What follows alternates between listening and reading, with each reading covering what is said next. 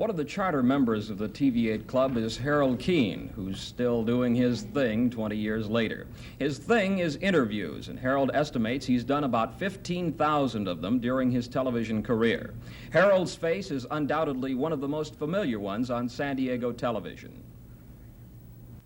How's your name? Mr. Keene, K-E-E-N. Keene. Mr. Keene. Keene. Keene. Keene. Like a knife. Keen like a knife, the kind of incisive reporting that's become this man's trademark. But in addition to all the hard news he's covered, Harold Keene recalls some of the lighter moments in his career.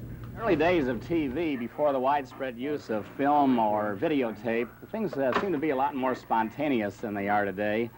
If a guest didn't show up, you know, we did most of our stuff live in those days, and if a guest didn't show up, we probably would either not have a show or have to depend on one of our own staff to come on as a substitute and tell about his own thrilling experiences of the past.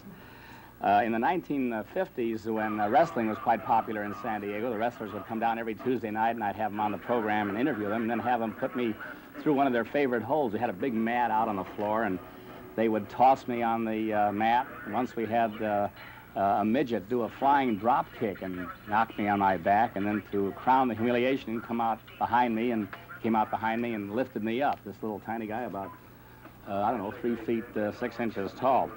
It really has been a fascinating 20 years. Some 15,000 persons have been interviewed on People in the News during this time, including some of the world's most famous people. But my favorites really are the local people, the ordinary, so-called ordinary San Diegans who've suddenly been thrust into the spotlight because of some dramatic occurrence in their lives.